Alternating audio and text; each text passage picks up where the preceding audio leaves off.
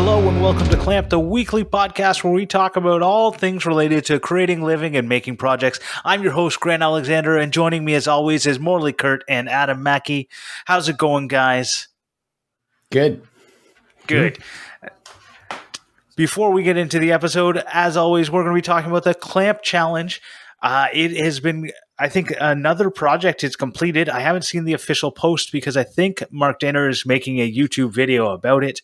But He made a story showing the clamp turned into a woodworking vise, actually in action. So I saw that. So thank you very much, Mark, for entering. I can't wait to see the video, to see the full thing in action. And I think there's something else. Morley or Adam, did you see the other guy? Yeah, Devin Williamson at 292 by Devin.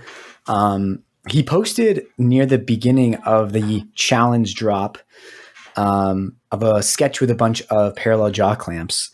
And it seems like he's moving into the material gathering and prototyping stage. He posted a picture of one of those casters that you would get off of an office chair, which is a little unexpected because I think we were all expecting some sort of like static shelf thing. So I am curious to see what he ends up doing. Yeah. It reminds me of like there's like file cabinets that have those same casters. I did have a nifty clamp use today that kind of inspired me about the clamp challenge. So Eden has been making cheese recently, and to make cheese, you basically separate milk into curds and whey, and you wrap the curds in cheesecloth, and you set it to drain for a while. That's just like the first step in the process. And she had it kind of like tied over the faucet in the sink, but what that meant was that we couldn't use the sink. So I took it and like clamped a wooden spoon to a shelf, and then draped the cheesecloth over that. And you know, if someone had entered that in the clamp challenge, I would have probably thought to myself, like, cool, that's a nifty use of a clamp. Probably not a winning entry, but it just was kind of making my mind go about like, wow, a clamp is a very useful tool. And there's a lot of unconventional ways that you can use it, especially in just holding things in places where other holding methods don't work. Totally. I used a clamp in my Hot Wheels track build that we talked about in the pre-show. So, boom. You can use clamps everywhere. So everyone, I hope to see more clamp challenge updates for next week. I'm really excited to see what everyone's going to get going. I've actually finally can work in my garage again, so I might actually be starting my clamp challenge entry this week. Did you notice that Mark now has our logo permanently in his shop? I did see that. That's really cool. Yeah. Very nice. Well, keep posting #clamp challenge, and hopefully us three will get our acts together soon and post our own projects. Yeah. It will come. I'm just trying to find the right upcycle bit, and then I'm good to go. I've got the clamps and I've got everything else I need. Yeah. Well, I think Morley came up with the topic idea for this week. So I think, Morley, why don't you take it away? Yeah. So this past weekend, I went to a bachelor party. That's why I was sort of quiet on social media. Usually I'm like a daily story poster. There's usually a solid stream of stories, but I had about a 3-day drought. My brother-in-law, it was his bachelor party, and we basically went to a cabin in the woods up in Grant's direction, past Peterborough, Ontario, up in cottage country. We rented a house on a lake, bunch of crown land around. And for the non-Commonwealth country residents, what that basically means is it's public land, which is not developed. And it was very, very beautiful.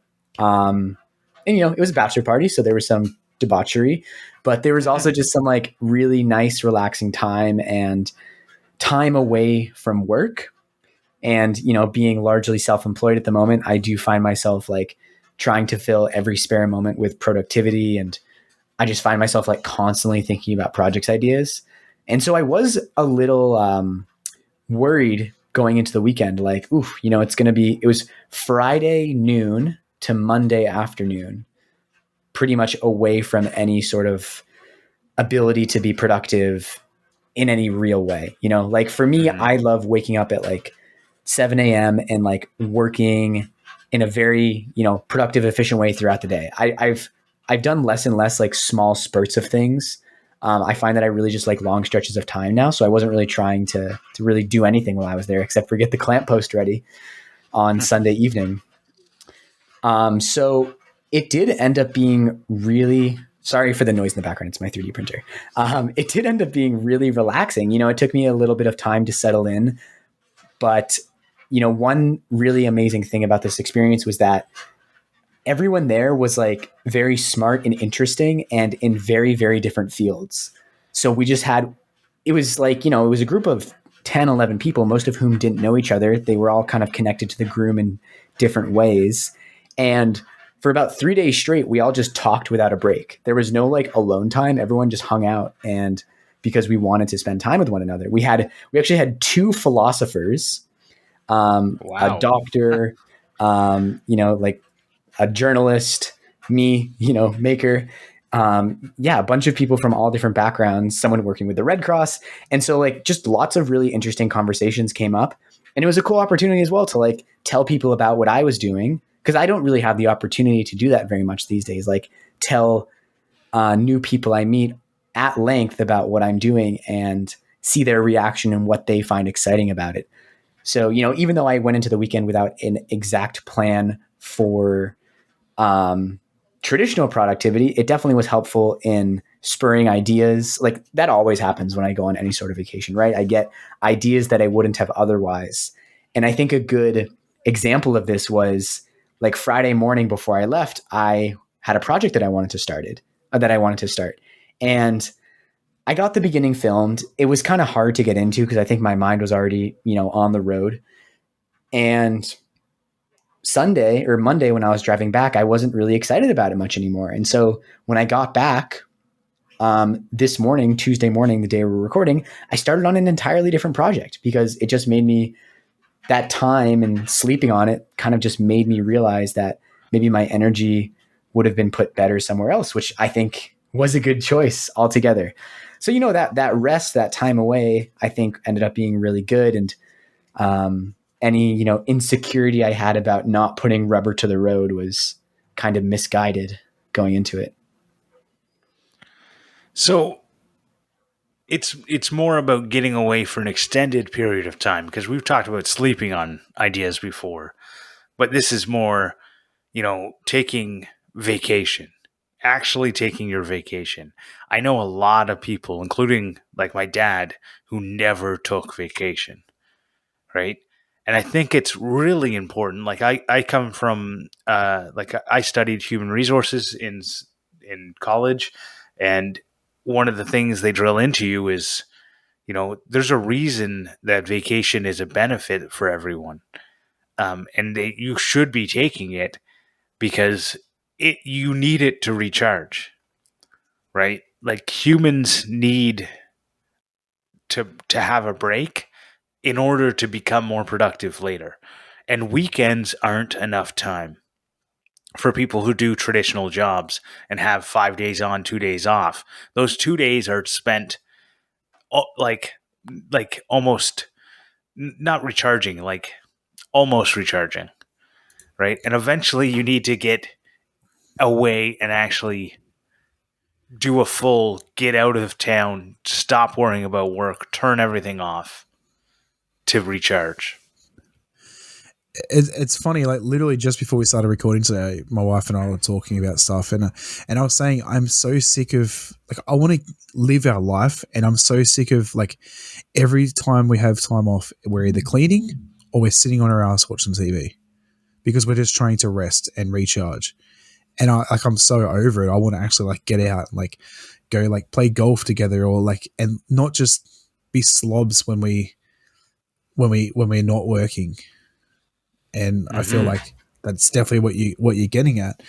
I mean, don't get me wrong. Like, I love to sit and watch some TV overnight and all that sort of stuff. But like, I feel like that's what our life has sort of come to. I feel like a lot of people probably can really relate to that. If you have a spare 5 minutes or whatever, like you're sitting and trying to recoup your energy that you've burnt working nonstop and all that sort of stuff. Mm-hmm. I think it's also a great opportunity to, without those distractions, to remember what's important and kind of tease out some of the fluff that you might have been focused on and kind of get back to basics in a way. So we were talking in the pre-show. I have started watching the TV show Alone, and I loved survival stuff as a kid. Like loved Survivor, man. I would always like browse survival websites and make fires in my backyard and try to make tents and shelters and things. I made an igloo one winter. I wanted to sleep in it, but I ended up chickening out, which was probably a good call. It was really cold. I don't think it would have been a good idea. And because we were like in a cabin and making fires and stuff, I feel like a lot of the time we were talking about like bushcraft and stuff. Actually, we were talking about primitive technology because primitive technology has become such a phenomenon that I feel like a lot of people, even outside of the maker community, know about it. It's like a huge YouTube channel now. Yeah. And it was just, reminding me and making me think like, how can I maybe integrate that into some of my own work? Because it is something that is such a core of my identity. Not something that I'm really doing actively a lot of right now, but it is something that I find really interesting and would love to find a way to do some more of it. It was a nice way that things kind of lined up. Right. And I think first I want to say, having gone on a trip with you before into the backcountry, you make good fires. I will say that. You did a way better job than I have of making fires. So thank you. Well, you struck the winning spark to our matchless fire. So I will give you that. That was just, I think. And I had never done that before. I never started a fire with a flint and steel. Yeah, me neither. That was the first time. So, boom, we did it together. It was fun. Go. So when we did use by working together, by not using two sticks. Yes, we definitely did. But it was Anyways, to get back on topic, I think part of why I didn't get as good of video out of that weekend is because I was week. It wasn't a weekend; it was during the week, but whatever. Is because I was trying to like walk the tightrope between working and vacation mode. And I think every time I've ever done that, at the end of the like walking away from it, I go, I did too much vacation, not enough work. And I think I need to actually get out and do a vacation and not a work vacation, not a film it as I'm going, not a vlog, not a whatever I want it to, none of those things. I need it to be a vacation if I want it to be a vacation, or I need it to be a work trip for, if I want to make content from it, it's a work trip. I need it to be a work trip. I need to think about it that way. Like when we came back from high caliber camp and you had all this great B-roll footage better than everyone else, it's because I think you went to it with the mindset of this is a work trip. I need all of this footage. And I went into it as like, I'm finally away from the family for the first time in 2 years. I need to unwind.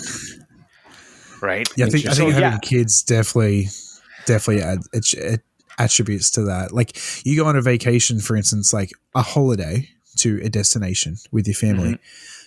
You need a vacation from your vacation because you're so exhausted when you get back. When you have kids, you're chasing them around the whole, like we went to Fiji a couple of years ago. My wife was pregnant and we only had one kid then, and it was exhausting. Like, because you're constantly like just trying to keep them entertained, and we got home and we were just so tired, and like 3 days later I had to go back to work and I was so exhausted. Yeah. Well, I've heard this. So in the No Instructions podcast, I've heard Bob and Josh talk about this before. It was exactly that. It's like you need to have a trip with kids isn't a vacation, right? Yeah. Because you're wrangling the kids, you're doing all this stuff, you're planning all these like things to do to keep them entertained. That ends up that you're not able to actually unwind. So Morley, just putting that out there, you're going to get that date one day.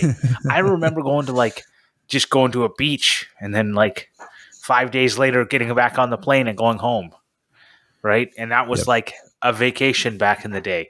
Now, like, I couldn't do that because 5 minutes on the beach, and now all of a sudden we got to go do something else, and I got to potty, and then you got to go run around, try and find a place to go potty. It is work. It's Yep. wonderful work. Don't get me wrong, but yeah, that's why I think when you want to rest, because I think the whole point is humans need rest. If you're going to rest, you need to actually try and pick. You need to be intentional, even though I'm sure I said intentional first, but for some reason Vincent thinks that Morley said intentional first. You need to be intentional about what you're doing. Yeah, I I will not claim ownership of that word, but thank you, Vincent, for granting it to me. Yeah, for sure.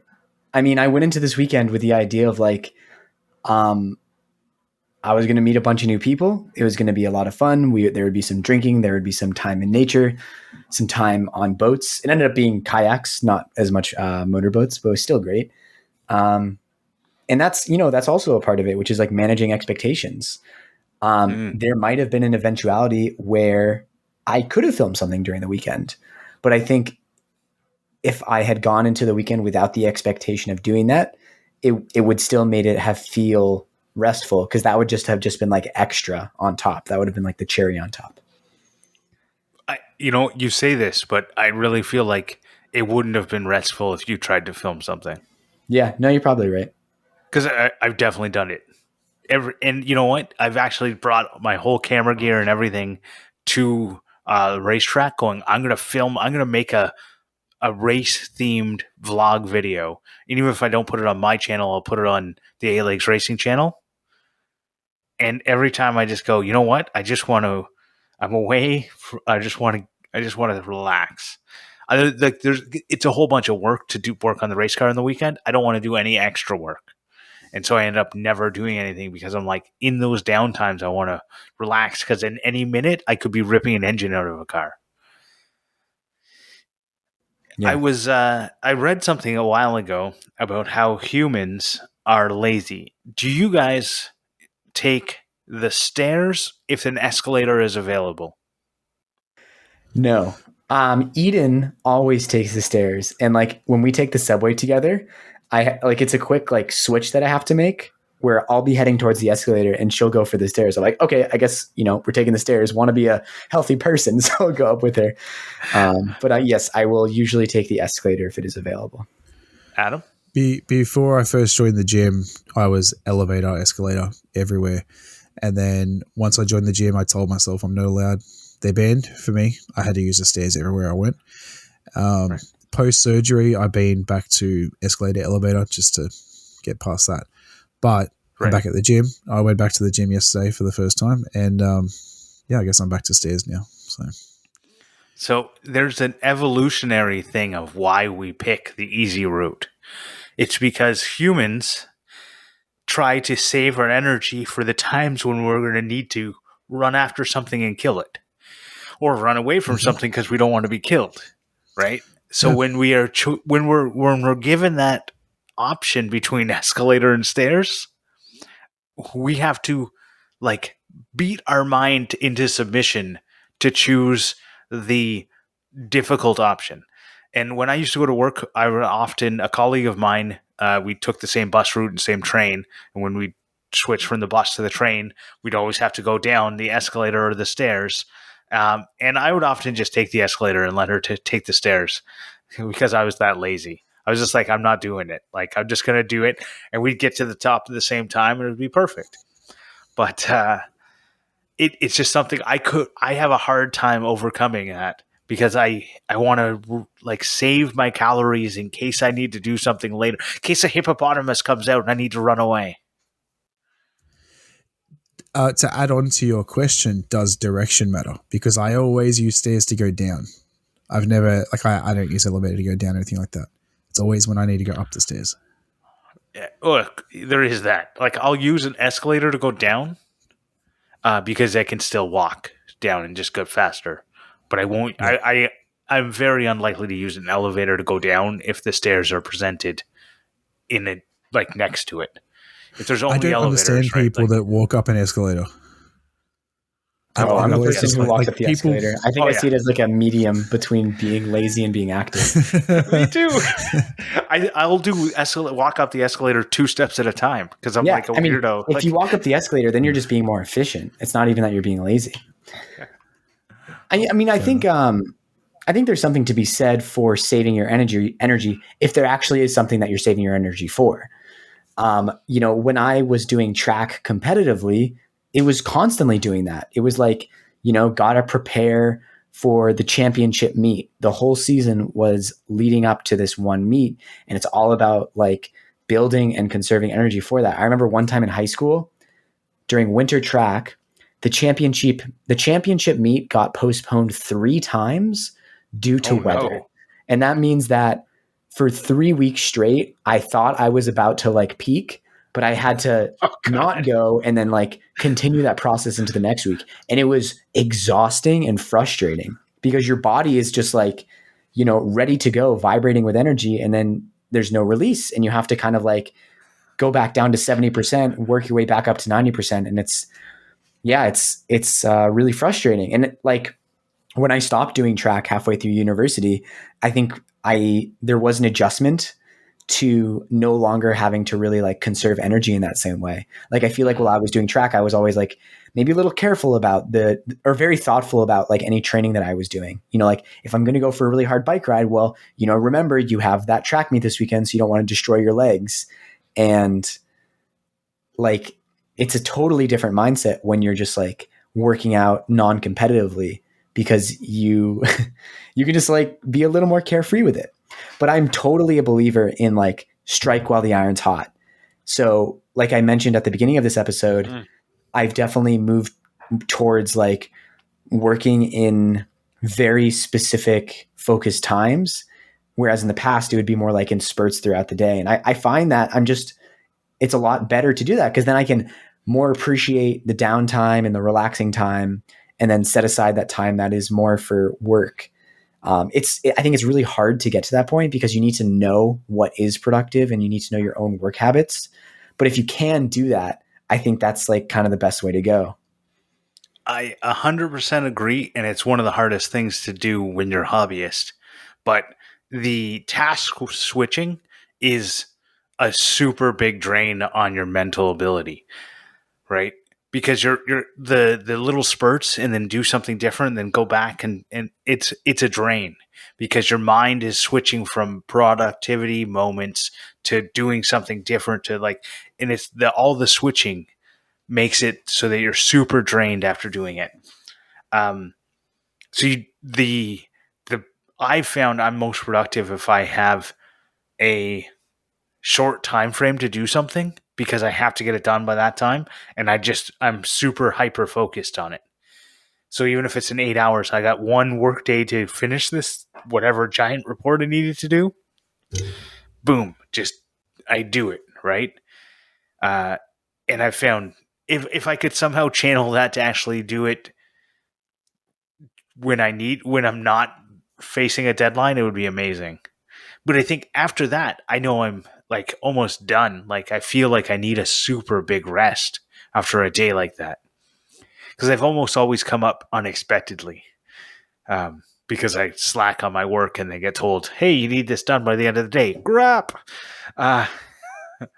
Well, I feel like that every time I publish a video. Every time I publish a video, I feel very tired and like a little drained. And so I've started to just build that into my schedule where it's like, if I publish a video on a day, like there's no way I'm going to start a different project that same day. It's going to be cleaning and organizing and doing like other small housekeeping tasks and to then prepare for the next day where I know that I will be ready to like go hard again. Interesting. You really Maybe I should start doing that. Actually clean the shop after I finish a project and not just move on and wonder why all my tools aren't put away. Well, yeah, I mean, like for me, that's the best time to do it. Like there's not even, I would rather trash my space during a project and maybe clean up a little bit here and there just so like I'm not frustrating myself by literally not being able to move around. and then reserve the time afterwards for like really cleaning up properly. Yeah.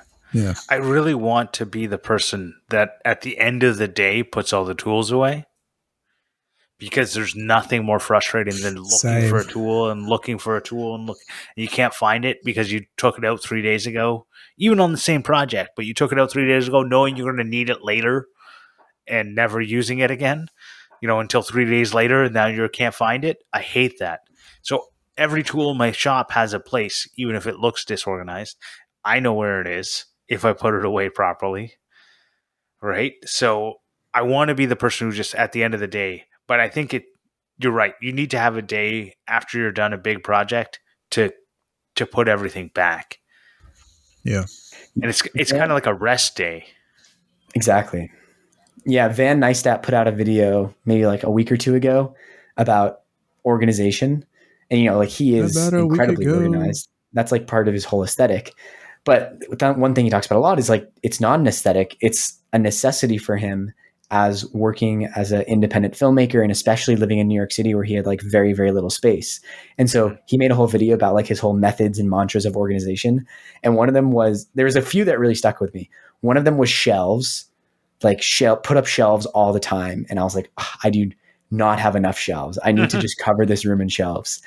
Another was avoiding stacking things on one another, because you're just creating a barrier to accessing whatever thing. And as I was watching, I was just looking around my workshop and thinking, I'm just seeing stacks everywhere. My wife does this all the time.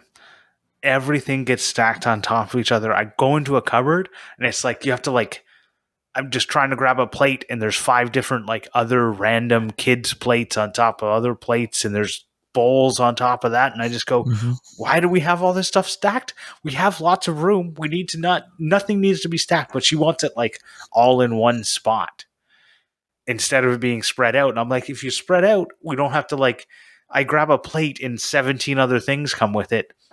Anyways, I 100%. You know what? Maybe I got to check this guy out. I've never heard of him before. You've never mentioned him, but maybe I should check him out. That sounds like someone I can get behind. Caravan Neistat, yeah. Caravan Neistat, yeah. But he's never going to listen to this, so we can say whatever we want. But we all do it. Every maker has had that whole have to move everything off their workbench, and they just move it to another workbench. We all just move our mess from one spot to another, and then we need to move it from there to somewhere else. And right. Well, even the worst is when you have stuff. So you can either stack your books on, I've seen once I went to someone's house and they had a bookshelf and they had books stacked horizontally. What? And I went instead of having them vertically. And I just went, what's happening here? And it was an aesthetic reason they did it. And I just went, well, that just means that you can't pull the bottom book out if you wanted to read it. It's frustrating to do it. You can. Obviously, you pick up the 7 or 8 books that are on top and you slide the one out from the bottom. But I just go, no, that's not how books work. The other way, you just easily pull one out. But I don't know. I didn't say any of this to them. So they clearly just never read the books. It's all just for looks. The display books. Okay. I will say this. How many books on your bookshelf have you read more than twice? Or even more than once? I've read every one of my books twice, but because I ran out of books, so I just started back at the start and read them all again. And nobody got me any books in the interim, and I went, and all the libraries were closed. But it is nice though when you're in that perusing mode, because I find that I don't go to my bookshelf every day, but the times that I do go, I'm looking from book to book to book, maybe looking for the next book that I want to read. So you want them in the same way the whole way across? Well, I think the vertical orientation is correct because it allows for that. Yeah. Well, if you had them all horizontal, you could do reading. You read one page, read the next page, read the next page.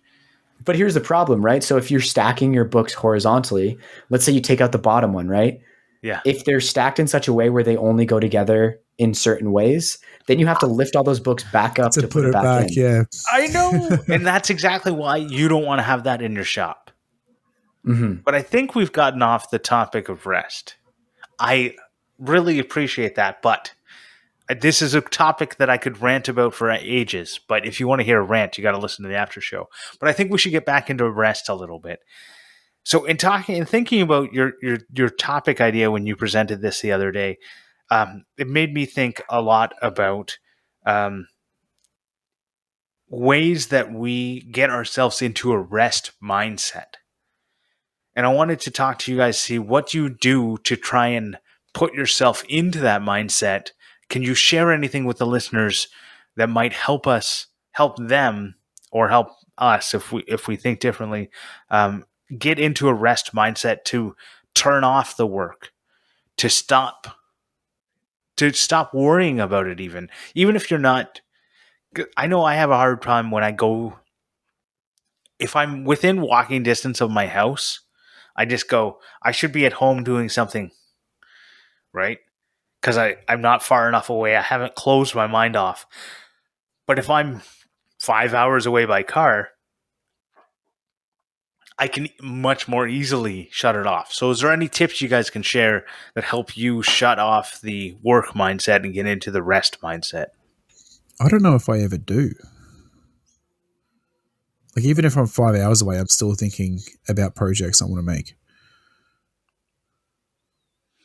I don't know. I think, I don't necessarily think there's anything wrong with that. I think you need to maybe think about how you want to integrate that into your rest. So at the end of this weekend, I kind of sat down for 15 minutes and then made a list of kind of all the ideas that I had throughout the weekend. Because I think it's impossible to really turn that off completely. And I wanted that. Like, I like leaving my environment to get new ideas. And so I wasn't expecting to not think about work at all, because I don't really think that's the goal really of a vacation. But I do think that mindfulness in general is kind of what it all comes down to. So mindfulness as in being very much in the moment, and that's basically it, being very much in the moment. So anything that you can do to focus on the moment, I think will help you relax and not be anxious and worry. And so for example, skateboarding for me is a very good mindfulness exercise, because to successfully get new tricks in the half pipe, I need to be there. I need to be like working on the trick and thinking about, okay, next time on this 50-50 grind, turn a little bit later, make sure your back wheel you're not turning until your back wheel hits the coping. And I think when you're with other people and a lot of the activities around conversations, it's about really listen and care about what other people are saying. And like, for example, this weekend, it was a really cool opportunity to be with all these very interesting, kind people and interview them for a while. I think actually doing a podcast has made me a much better conversationalist. I can be like, great, tell me about all the interesting things that you're doing, and let's talk about that for 2 hours. I don't need to talk about myself. Oh, we'll get there. Like, I don't mind, and it'll be fun. But yeah, if you have like other people who are with you, just really try to be curious about what they're talking about. I think so. Eden, as a social worker now, because she's graduated, so she can call herself that. Congratulations, Eden. Yeah. So as a social worker and with her experiences, she's done a lot of like active listening training.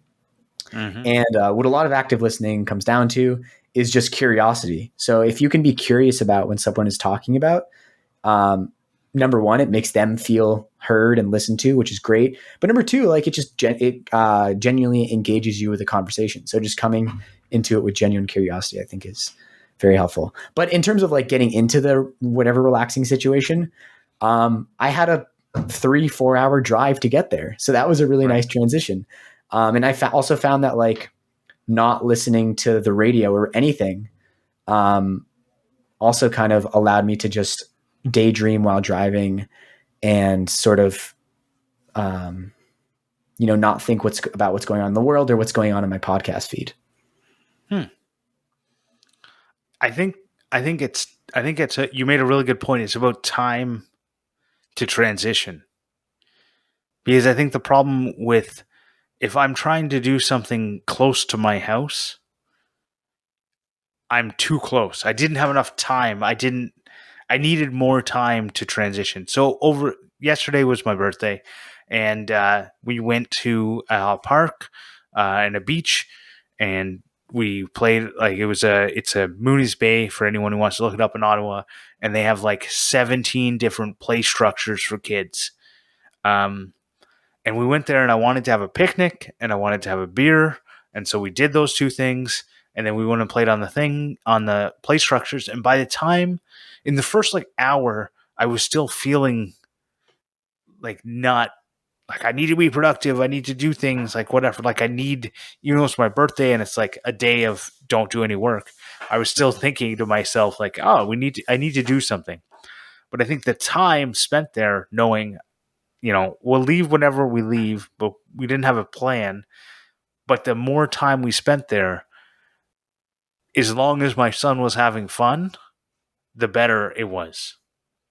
And so we had a great day where we were at the beach and we were at these play structures and we were climbing all over the place. And I felt like I had a great, like restful time. That sounds awesome. And I think maybe something that comes down to, or an aspect of it, is that you kind of had a project in and of itself. It's like have a great day with your son, and you had these things that you could do. I think for a lot of makers and people in general, it's like maybe not the most realistic thing to expect to just be able to feel relaxed, not doing anything. Because I think for many people, that's like anxiety inducing. So I think if you can work in totally fun, like benign vacation projects, that's always great. So for example, this weekend, there was a lot of meals to cook and dishes to do, and just being able to like be productive and feel like you were helping and building this little home for the weekend made a lot of people feel like able to, feel relaxed, but also feel like a real person. Another one was just like making fires. So like one day it rained a bunch. And so a bunch of us spent like an hour and a half trying to get a fire going. And it ended up being really fun and ultimately unsuccessful. Oh no. Yeah, making fires in the rain is difficult. Yeah. So yeah, like being able to do like fun little projects like that. Like I always enjoy like when camping in a way is just like playing house in a different location. So like, that's why one of the reasons I like camping is like, there's lots of stuff to do. You're not just sitting around, you're like making camp, you're making a fire, and you can like decide that you want to whittle a stick into a slightly pointy stick if you want to. And I think I think if you go into it knowing that, I think it's great. I think a lot of people go into this as saying, I'm going to spend my vacation time to play house somewhere else. I don't want to do that. And I think what you have to do is you have to realize that for sometimes you need the rest where your rest is just rest. And some people need more of that. And some people need to be productive where they need to be making the fires. They need to be, doing the thing. They need to be making the dinners and all that other stuff that goes along with it. And other times some people need to just get away and do nothing for a week and cook nothing and do nothing and sit at the beach and do nothing. And it's okay to do both, like to be one or the other of those people. And it's okay to be both those people. And I think, a lot of makers I've heard talk about, they want to be productive all the time. And that's great. But you may be missing out on what a week of no work could bring you in terms of fresh ideas and fresh thoughts and fresh, just entirely being refreshed. So it might be something you think about. But you know what is really refreshing? I thought that was a rhetorical question. No, you're supposed to say, what's really refreshing? Our Patreons, they're really refreshing. And, they're refreshing because they support the show. And I want to thank them sincerely because without them, this show wouldn't be happening. Everyone who supports us over there gets access to the pre-show and the after-show. In the pre-show, we have to talk about what we've been doing this week. In the after-show, we like to talk about sometimes fun and secret stuff. But you get both those things. They go on they bookend this wonderful podcast that we do. I want to especially thank our F clamp level. They're the highest level. Brent Jarvis from Clean Cut Woodworking, Vincent Ferrari from Because We Make, Austin from the High Caliber Craftsman, and Scott Oram from Dad It Yourself DIY. Thank you very much for supporting at that level. Like I said, anyone who supports us at any level gets access to those things as well. They get a keychain made and numbered by Morley. If you want to support us, you can go to patreon.com/clamp. I want to honestly say we recently, Buzzsprout, the podcast provider that we have, opened up ads for podcasters so you can actually monetize through their service. So you don't have to try and find a stamps.com person. You can actually just get an ad through them. They're currently priced at 1.4 cents per download. So to put that in perspective, we'd be getting about $20 a month. And that is just a little bit above what it costs us to do this. So we're not going to do ads. We've said it from the beginning, we don't want to do ads. But I wanted to put it out there, and I wanted to say, you guys, you supporting us, you're the reason we're able to do this. You're the reason that we continue to do it. So thank you very much. If you can't support us financially, I completely understand that. Not everyone can, and we just appreciate you listening in. And if you want, you can share the show and write us a review. Is there any F-clamps left? There are currently F-clamps left because although we have it limited because we don't want to have a 20-minute long session on saying everyone's names. We have it limited, but we also have different under-the-table ways of becoming an F-clamp. So a couple people have done a little under the table. So if you're interested in that because you don't like Patreon for some reason, which is understandable, there's lots of reasons to not like it, send us a message. Specifically send me a message because I'm the one who works out all the deals. So send me a message and I'll work out a deal so that you can get your name read off if you're interested. And there's a couple more. If the government's listening, it's not illegal. It's not illegal. It's just under the table. Yeah, cash under the table. Yeah. Anyways, on that note, Clampmendations. Clampmendations. Clampmendations. So Scott Mueller Woodworks is making this incredible lamp. He does a lot of wood turning on Instagram, and he put out a reel like today or yesterday of gluing all these tiny pieces of wood together, and it's absolutely incredible. It looks very relaxing as well. He's making all these different patterns with repeating tiny little blocks of woods, and he's using a lathe in a really interesting way to like index the turns to make sure it's turning exactly the same amount every time. So yeah, it's you just got to check it out. It's super cool. Link will be in the show notes. Scott Mueller Woodworks doing cool stuff. I just looked at that. Cool. That is pretty awesome looking. Yeah. Well, I'm gonna shout out Stephanie from Uncommon Outpost because she's currently doing some fun stuff with her car, and after I harassed her enough, she decided to drive her car with only about 40% of the interior put in place, and I thought it was really funny. And everyone should go check it out. She makes awesome stuff as well as great little stories on the side. She's definitely a good follow. If you haven't seen her workbench, it's amazing. But right now, she's working on her element, and I thought it was really funny what she did today. So check out that recent reels from Stephanie.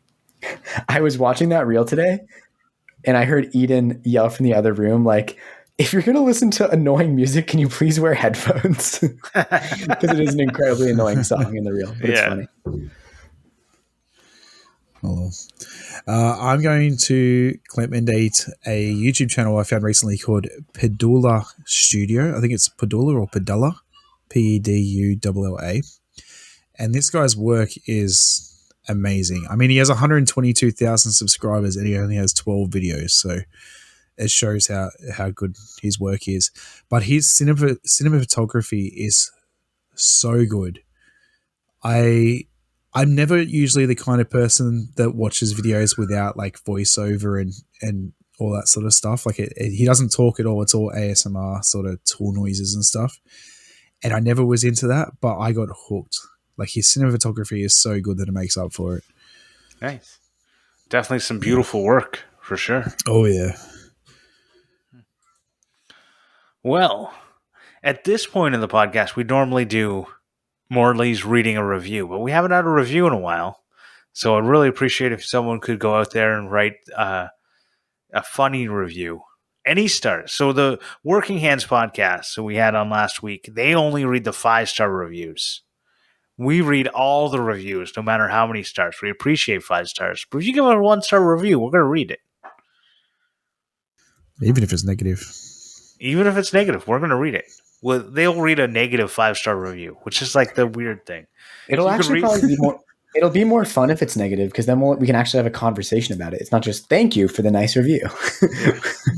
If you want to put a 5-star review with constructive criticism, you can do that too. Yeah. But since we don't have a review, let's go on to Adam's Australian Word of the Week. Yeah, well, speaking of 5-star reviews, no. Anyway, my word of the week this week is going to be larrikin.